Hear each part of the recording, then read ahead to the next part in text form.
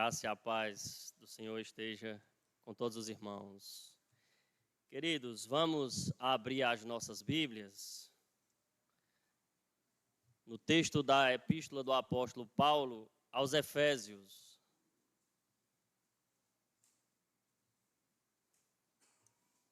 Lá em Atos 19 diz que o povo da cidade de Éfeso passou um bom tempo gritando: grande é a Diana dos Efésios.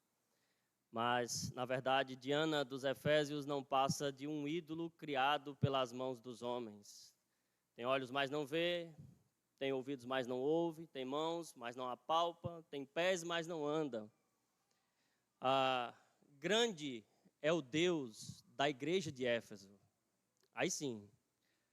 Ele é o Deus e Pai de nosso Senhor Jesus Cristo, uma carta recheada de louvor e adoração ao nosso Deus. Logo no verso 3 do capítulo 1, o apóstolo Paulo começa glorificando a Deus. Bendito o Deus e Pai de nosso Senhor Jesus Cristo. Este sim merece louvor, glória, honra, majestade, império pelos séculos dos séculos até a era vindoura. É isso que nós queremos fazer hoje, glorificar a este Deus com a exposição da sua palavra. Peço aos irmãos que abram Efésios capítulo 2, do verso 4 ao verso 7. Escute com fé a palavra de Deus. Mas Deus, sendo rico em misericórdia, por causa do grande amor com que nos amou, e estando nós mortos em nossos delitos, nos deu vida juntamente com Cristo.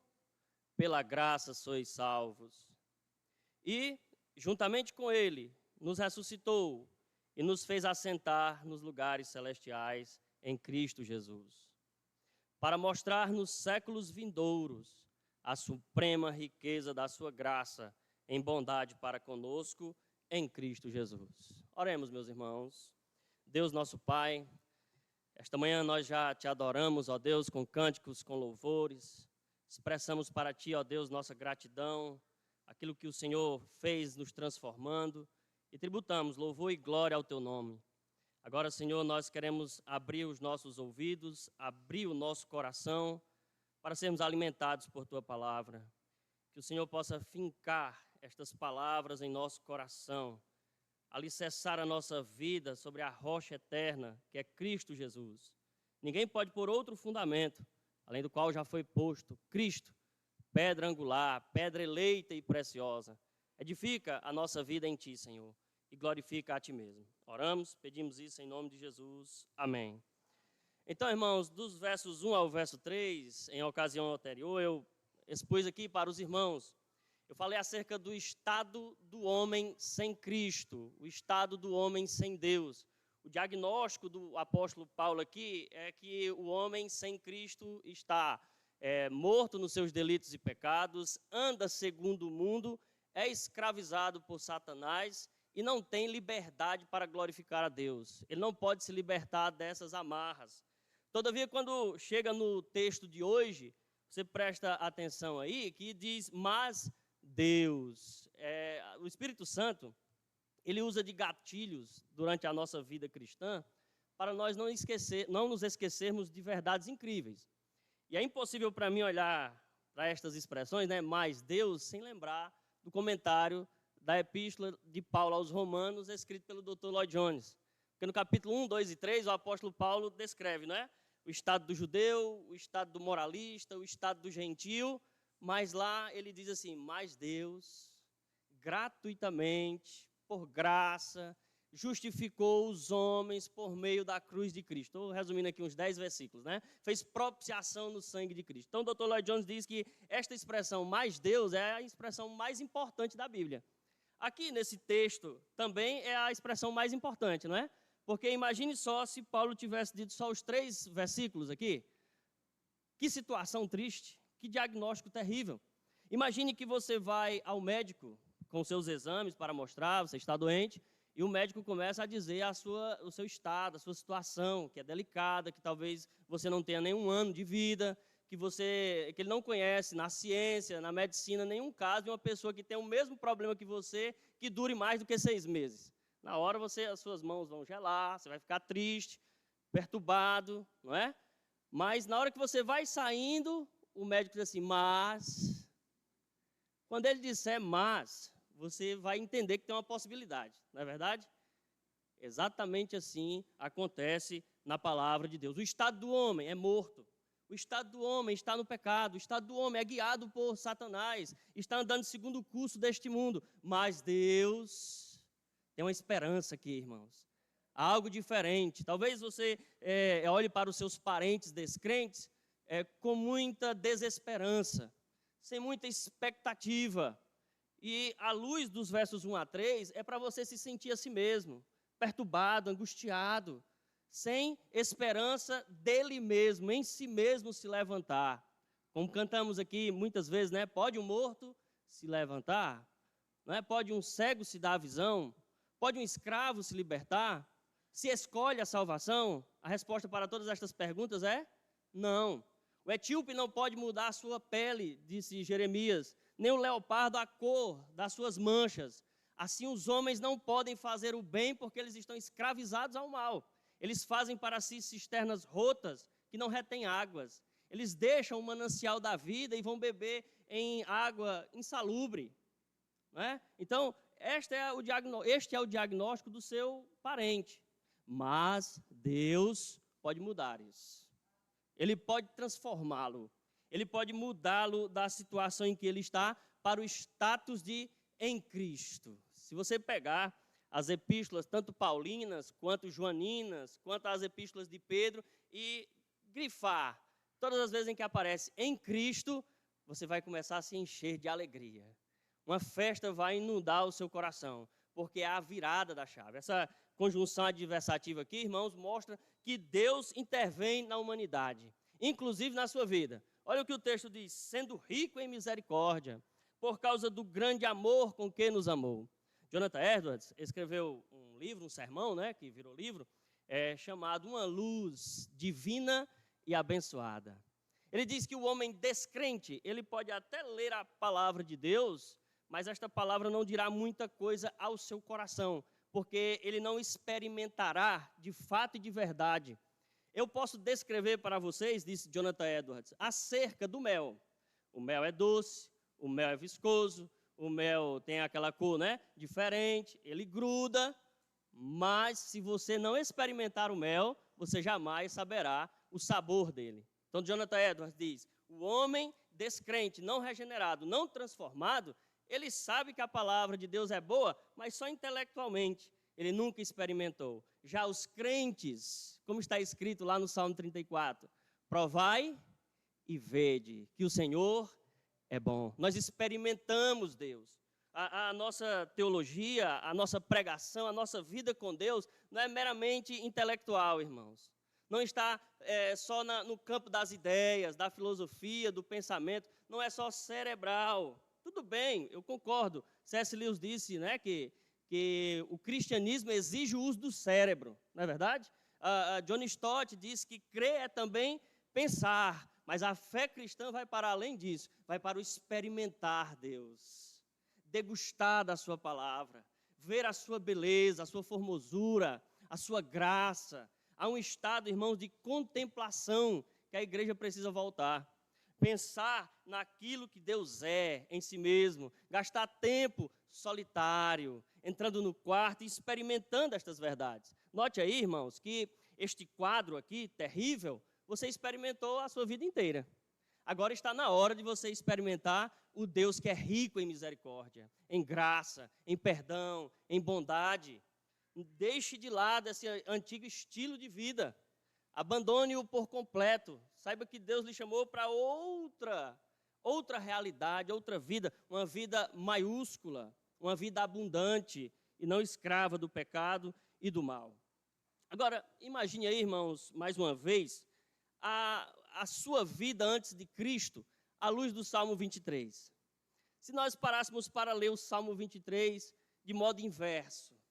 É lindo, não é o Salmo 23? Ele é o meu pastor, nada me falta, ele me faz deitar em pastos verdejantes, guia-me a águas tranquilas, por amor do seu nome, a sua justiça. Ainda que eu passe pelo vale da sombra da morte, não temo. Sua vara, seu cajado me consolam. Eu estou na presença dos meus inimigos em um banquete. Ele unge a minha cabeça com óleo, derrama o seu vinho perfeito na minha taça. Bondade e misericórdia de Deus me seguem. Maravilhoso. Amém para tudo isso. Mas a vida daquele que não tem Cristo como seu pastor, como ela é? Não tenho pastor. Tudo me falta. E ainda que eu tenha tudo, nada preenche. Nada satisfaz. Eu sou um saco furado. Sou como o mar, que a água entra para ele e ele nunca enche. Nunca estou satisfeito. Nunca estou pensando que já tenho o suficiente. Não tem como se satisfazer fora de Cristo. Note que a vida da pessoa que não tem Cristo como seu pastor é cheia de sombras e morte, e não tem um pastor lá com ela. No dia da angústia, a pessoa está só. Os remédios não podem fazer aquilo que Cristo pode. A internet, o entretenimento, o chocolate não pode fazer aquilo que vai trazer ânimo à sua alma. Só Cristo, irmãos. Entendem? Um casamento não pode fazer isso. Seus filhos não podem fazer o que Cristo faz na sua alma. Como disse mais uma vez, né, outro puritano, a vida de Deus na alma do homem. Uma satisfação. Pedro chama isso de alegria indizível e cheia de glória. Algo diferente. Algo que faz você enxergar a vida diferente. O Salmo 23 está ali para dizer assim, olha, ele me faz deitar em pastos verdejantes. Mas quem não tem Cristo como pastor, está comendo palha seca, água insalubre, insatisfeito, correndo perigos. Tem um antigo hino que diz isso, né? Triste foi o meu estado. Não pensava em Deus, nem na minha perdição. É terrível, não é? Você viver assim, sem Deus, sem aliança, sem paz, sem promessa. Mas um dia o bom pastor foi nos buscar, irmãos. Nós estávamos desgarrados e ele foi nos buscar. A história belíssima que Jesus contou na parábola é que 99 ficam no seu aprisco. E o pastor vai em busca daquela ovelha perdida. E encontrando, se alegra. A mulher encontra uma dracma perdida e se alegra. O pai do filho pródigo, ao ver o seu filho voltando, o que acontece com ele? Fica feliz, alegre. Este meu filho estava morto, reviveu. Estava perdido, foi achado. Façamos festa. Existe uma festa na salvação, irmãos. Por quê? Porque Deus interviu ou está intervindo na nossa vida diariamente. Eu conto como última ilustração, para passarmos para outra parte aqui, é uma história que era acostumada a contar por Leon Tolstói, né, aquele escritor russo, né, de drama, etc. E na sua biografia, ele conta a história de um homem que está fugindo de um leão. Os irmãos já ouviram essa história. E ao fugir do leão, ele cai num poço. No poço, ele se agarra aos arbustos para não cair lá embaixo. O poço está vazio. Embaixo do poço tem um dragão, dormindo, acorrentado. E o homem está lá, agarrado pelos arbustos, sem Deus, sem Cristo, sem esperança, sem paz. Próximo aos arbustos tem mel. Ele degusta do mel, mas nos arbustos também tem um rato roendo os galhos. Vida vazia, vida terrível, é só sal, é só tristeza. E ainda que tivesse num palácio, aquele palácio ia parecer uma masmorra, irmãos. Lutero disse isso, uma masmorra com Cristo é o quê? Um palácio. Um palácio sem Cristo significa o quê? Uma masmorra. Na história cristã seria assim, o homem já tinha sido, era morto. E Deus chegou, matou o leão, matou o dragão, afugentou as abelhas, resgatou o homem e deu vida abundante para ele. Esta é a vida cristã, é a transformação. Eu acho que nós poderíamos gastar tempo, irmãos, relembrando como era a nossa vida sem Cristo. Não para sentirmos prazer nela, mas para abominarmos aquilo que experimentávamos. A lavagem de porco do pecado que nós nos banqueteávamos. E hoje nós só sentimos o quê a respeito disso? Nojo e tristeza. Ezequiel 36 diz: e vós sentireis nojo em vós mesmos pelos vossos pecados. A principal característica, digo eu, do crente que foi transformado, do homem que foi transformado, é nojo do pecado, irmãos. Ele agora detesta o pecado. O pecado faz duas coisas conosco, com o homem. Ele condena e ele mata, disse a W. Tozer. O que o crente transformado tem que fazer com o pecado agora? Condenar e matar. Ele escreveu um livro, né, chamado 4 Votos para Receber Poder Espiritual. Parece uma mensagem bem carismática, não é? E um deles é: trate drasticamente com o pecado. Trate com o pecado assim como o pecado trata com você. Mate-o, condene-o e sinta nojo dele. Nas palavras de Paulo, irmãos, é assim: que fruto você colheu dos tempos que vivia sem Cristo? Somente vergonha. Quando nós pensamos no pecado, na vida que vivíamos, o que sentimos? Vergonha. Daniel disse isso, né? A ti pertence a glória, o poder, o domínio, o reino, mas a nós pertence o corar de vergonha. Eu digo isso porque nós vivemos um período em que as pessoas se vangloriam da quantidade de pecados que cometeram antes de Cristo. E o testemunho, quanto mais feio, melhor. Uma vez eu estava andando aqui na cidade de Fortaleza e passou um carro anunciando um culto. E o anúncio era assim: ex-presidiário, ex-bruxo. E vai baixando, né? Vocês já viram isso em algum lugar? Né? Só que está se gloriando, se vangloriando de uma coisa que Deus detesta, que Deus abomina. Na verdade, a pessoa deveria esconder, né? Ó Deus, te esqueça, Senhor. Afasta de mim, afasta da tua mente, da tua memória, os meus atos pecaminosos. Deus pega os nossos pecados e lança aonde, irmãos? No mar do esquecimento. Deles, diz o escritor aos Hebreus, Deus não se lembra mais. Então, quando, porventura, o Espírito Santo trouxer isso à nossa mente, é para nós, mais uma vez, nos envergonharmos daquilo que praticamos e não sentirmos prazer nisso. E aí o texto, irmãos, diz algo belíssimo para nós. Diz assim: mas Deus, sendo rico em misericórdia, por causa do grande amor com que nos amou, e estando nós mortos em nossos delitos e pecados, nos deu vida juntamente com Cristo, pela graça sois salvos. Aqui, irmãos, Paulo destaca 4 atributos de Deus. Paulo fala do ser de Deus aqui e da sua natureza. Se vocês prestarem bem atenção aí, tem um atributo aí chamado deidade. O que significa isso? Que só Deus é Deus. Quando Deus se revelou a Moisés, ele disse: eu sou o quê? Sou. Não é? Quando vamos definir Deus, temos muita dificuldade se não pensarmos da Bíblia. Deus é luz, Deus é amor, não é isso que a Escritura diz?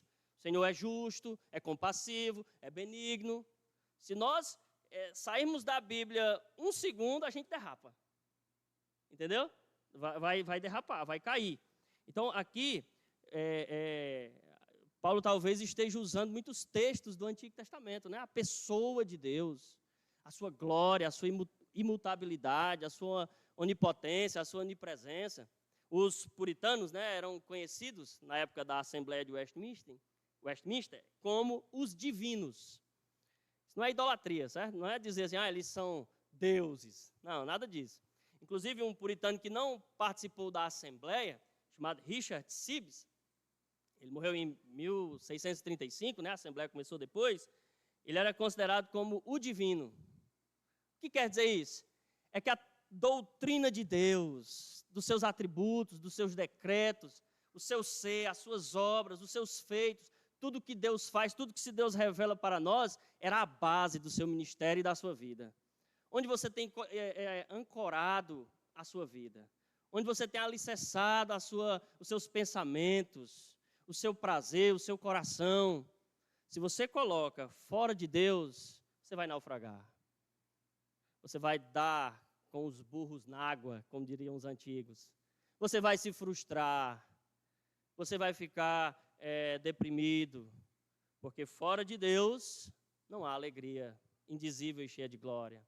Só sobra o vale da sombra da morte. não tem prazer nem contentamento. Você nunca vai aprender a estar contente, como o apóstolo Paulo ensinou, fora de Deus, apartado de Deus. Note aí, irmãos, que o texto diz, sendo rico em misericórdia, é o segundo atributo que Paulo fala, por causa do grande amor. Terceiro, graça. Deus é gracioso, benigno.